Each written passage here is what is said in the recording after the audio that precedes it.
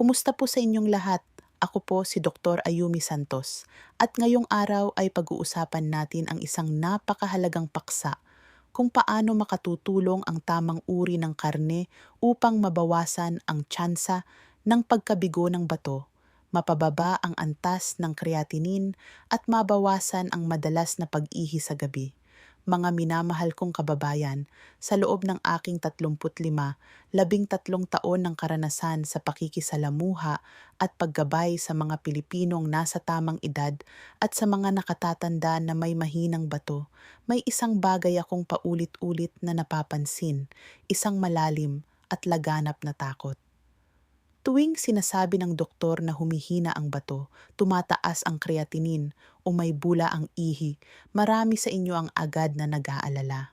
Madalas, ang unang reaksyon ay umiwas na sa karne at puro lugaw at pinakulo ang gulay na lamang ang kainin araw-araw. Marami ang naniniwala na ang karne ang pangunahing dahilan ng mabilis na pagkasira ng bato, na ito raw ay nagpapabigat sa trabaho ng bato, nagpapataas ng creatinine, at sa bandang huli ay magtutulak sa isang tao na sumailalim sa dialysis habang buhay.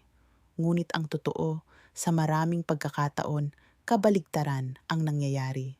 May mga kaso ng mahinang bato na lalong lumalala hindi dahil sa pagkain ng karne, kundi dahil sa labis at maling pag-iwas dito.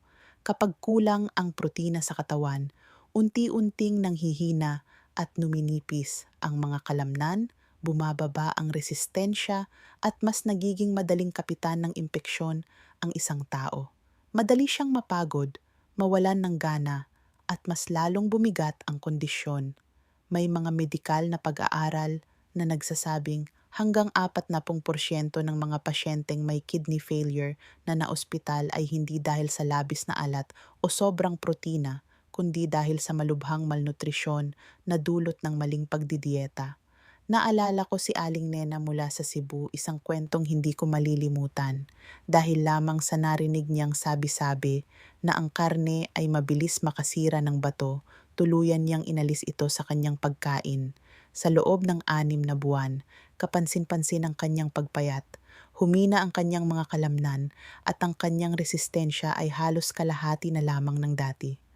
Nang siya ay masuri, natuklasan ng doktor na lumala ang kanyang kondisyon, hindi dahil kumain siya ng karne, kundi dahil kulang ang kanyang katawan sa sapat na nutrisyon upang labanan ng sakit.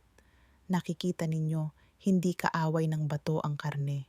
Nagiging mapanganib lamang ito kapag mali ang uri, mali ang dami, o kapag niluto ito sa paraang sobra sa mantika, asin, at preservatives. Sa kabilang banda, kung pipiliin ang tamang uri ng karne at kakainin ito sa wastong paraan at tamang dami, maaari itong maging mahalagang pinagmumulan ng nutrisyon. Nakakatulong ito upang mabawasan ang pagkapagod, mapanatili ang lakas ng kalamnan, mapanatiling mas stable ang creatinine, at sa maraming pagkakataon ay mabawasan pa ang paggihi sa gabi. Sa video na ito, mas lalaliman pa natin ang pag-unawa kung bakit hindi dapat ganap na umiwas sa karne ang mga taong may mahinang bato. Ibahahagi ko rin sa inyo ang 4 na uri ng karne na itinuturing na makatutulong sa kalusugan ng bato at madalas irekomenda ng mga nephrologist at nutritionists. Kapag naunawaan ninyo ito ng tama at naisabuhay sa pang-araw-araw na pagkain, ang simpleng hapagkainan ninyo ay maaaring maging parang banayad na gamot, isang paraan upang mapangalagaan ang inyong bato at mapalakas ang inyong katawan araw-araw. Ngayon, dumako tayo sa unang bahagi upang mas maunawaan kung bakit kailangan pa rin ng mga taong may mahinang bato ang regular ngunit tamang pagkain ng karne.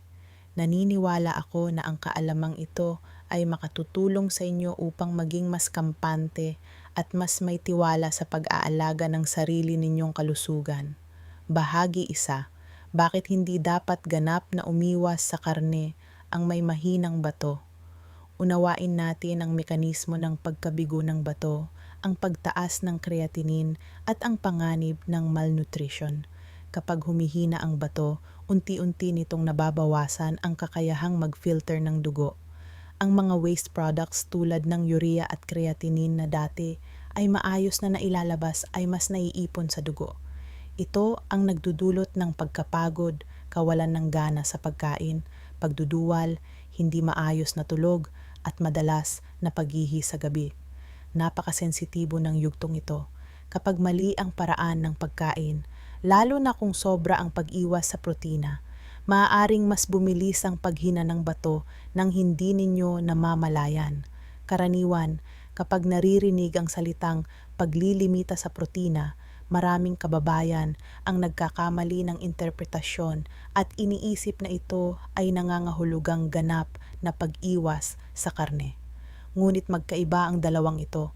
Ang paglilimita sa protina ay nangangahulugang pagkain ng tamang dami batay sa pangangailangan ng katawan. Samantalang ang ganap na pag-iwas ay maaaring magdulot ng seryosong kakulangan sa protina.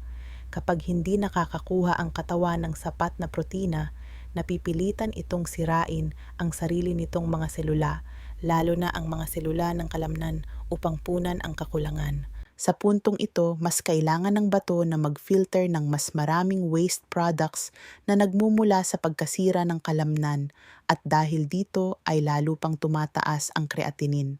Ito ay matagal nang kinukumpirma ng maraming medikal na pag-aaral. Sa katunayan, may humigit kumulang 30 hanggang 40% ng mga taong may chronic kidney disease na naoospital hindi dahil sa labis na pagkain ng protina, kundi dahil sa malubhang kakulangan sa nutrisyon.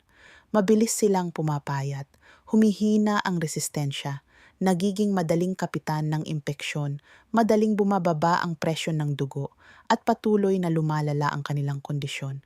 Paulit-ulit na binibigyang diin ng mga nephrologist na ang mga pasyenteng may sakit sa bato ay hindi namamatay dahil sa pagkain ng karne, ngunit maaari silang manghina at tuluyang bumagsak ang kalusugan dahil sa kakulangan nito.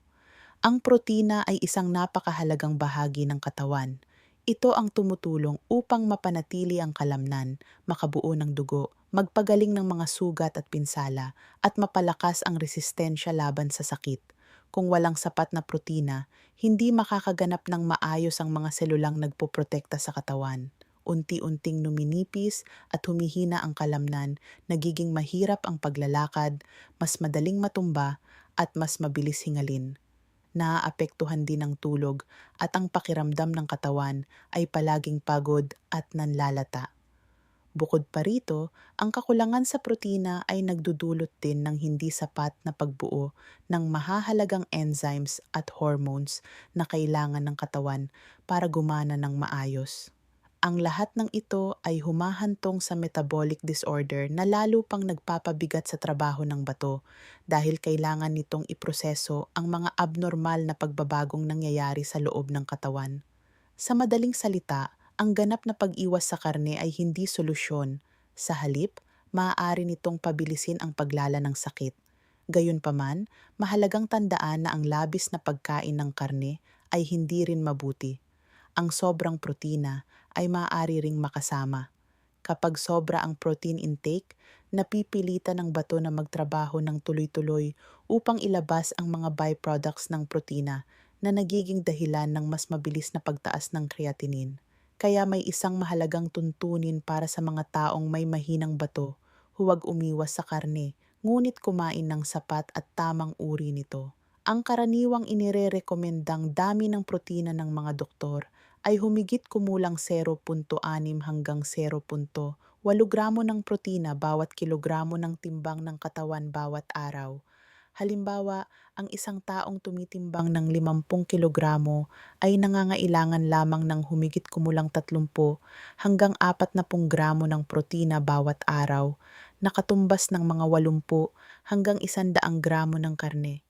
Ito ay sapat na upang mapalusog ang katawan nang hindi nagiging pabigat sa bato. Mahalaga ring tandaan ang isa pang salik. Ang reaksyon ng katawan sa protina ay lubos na nakadepende sa bahagi at uri ng karne na inyong pinipili. Ang matatabang karne, lamang loob, at mga processed meats ay mabilis na nagpapataas ng presyo ng dugo at nagdudulot ng water retention na lalo pang nagpapahirap sa trabaho ng bato. Ngunit ang purong lean meat ay ibang-iba ang epekto. Ito ay kabilang sa mga pagkaing makatutulong upang mapanatili ang pangkalahatang kalusugan habang nananatiling mas stable ang antas ng creatinine. Ngayon, susuriin natin ang tatlong ginintuang prinsipyo.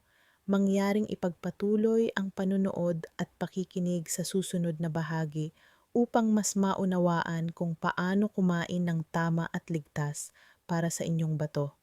Bahagi 2. Tatlong ginintuang prinsipyo kapag kumakain ng karne ang mga pasyenteng may sakit sa bato. Mga minamahal kong kababayan, ngayong malinaw na sa inyo na ang mga taong may mahinang bato ay hindi dapat ganap na umiwas sa karne, ang susunod at pinakamahalagang hakbang ay ang pag-unawa kung paano ito kainin sa tamang paraan. Kapag sinunod ninyo ang tatlong prinsipyong ibabahagi ko, mas mapapanatili ninyo ang lakas ng kalamnan, mababawasan ang pagkapagod, mas makokontrol ang presyon ng dugo at mananatiling stable ang creatinine sa ligtas na antas. Unang prinsipyo, pumili ng lean meat na may purong protina at kaunting impurities. Ito ang pinakapundasyon ng tamang pagkain. Ang mga taong may mahinang bato ay nangangailangan ng purong protina, ibig sabihin madaling tunawin, mababa sa saturated fat, kaunti ang purine, at limitado ang asin. Ang mga purong lean meat tulad ng walang balat na dibdib ng manok, maliliit na isda sa dagat, pork tenderloin at lean beef ay karaniwang inirerekomenda ng mga doktor. Ikalawang prinsipyo, kumain ng tamang dami, hindi sobra at hindi rin kulang. Ang pinakaangkop na dami ng protina ay 0.6 hanggang 0.8 gramo bawat kilogramo ng timbang ng katawan bawat araw. Para sa isang taong may timbang na 50 kilogramo, ito ay katumbas ng humigit kumulang 80 hanggang 100 gramo ng lean meat, isang maliit na piraso lamang na kasya sa inyong palad. Mahalaga rin ang regular na pagkain nito araw-araw. Iwasan ang sobrang dami ng karne sa isang kainan at pagkatapos ay biglang iiwasan ito sa mga susunod na araw. Ikatlong prinsipyo, magluto ng malinis, may kaunting asin at kaunting mantika. Ang maling paraan ng pagluluto ay maaring maging pabigat sa bato. Mas mainam ang pagpapakulo, pagpapasingaw, simpleng nilaga o pag-iihaw gamit ang foil. Iwasan ang mga pagkaing pritong lubog sa mantika, sobrang alat ang pagkakaluto, at mga processed meats tulad ng longganisa, tocino, at hotdog na puno ng asin at preservatives. Bahagi 3. Ang unang tinatawag nating tagapagligtas na karne ay ang walang balat na manok, lalo na ang native chicken.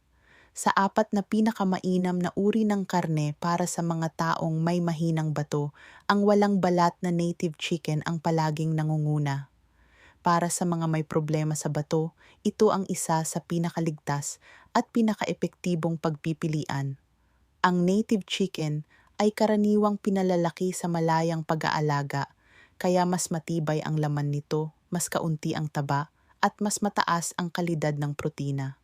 Sa bawat 100 gramo ng walang balat na dibdib ng native chicken, may humigit kumulang 25 gramo ng mataas na kalidad na protina na mas magaan para sa bato. Ang ganitong uri ng protina ay nakatutulong upang mapanatili ang kalamnan, makatulong sa paglaban sa anemia, at mabawasan ang pakiramdam ng pagkapagod. Bakit kailangang alisin ang balat? Ang balat ng manok ay may mataas na saturated fat at kolesterol na maaaring magpataas ng presyon ng dugo, isa sa pinakamalaking dahilan kung bakit mas lalong humihina ang bato. Kaya mahalagang tanggalin ito bago lutuin. Sa tamang paraan ng pagluluto, mas nagiging kapaki-pakinabang ang manok. Maaari itong pakuluan, pasingawan, gawing sabaw tulad ng tinola na may sayote o kalabasa, o kaya'y ihawin sa foil ng walang labis na asin. Isang totoong kwento ang ibabahagi ko sa inyo. Si Tatay Pedro, 17 taon pa lamang nang una siyang madiagnose, ay isang magandang halimbawa. Nang tumaas ang kanyang creatinine sa 170, labis ang kanyang takot kaya tuluyan siyang umiwas sa karne. Pagkalipas ng 3 buwan, pumayat siya ng 6 kilo at kapansin-pansin ang panghihina ng kanyang katawan. Ngunit nang payuhan siya ng doktor na bumalik sa pagkain ng 80 hanggang 100 gramo ng walang balat na native chicken araw-araw, unti-unting naging stable ang kanyang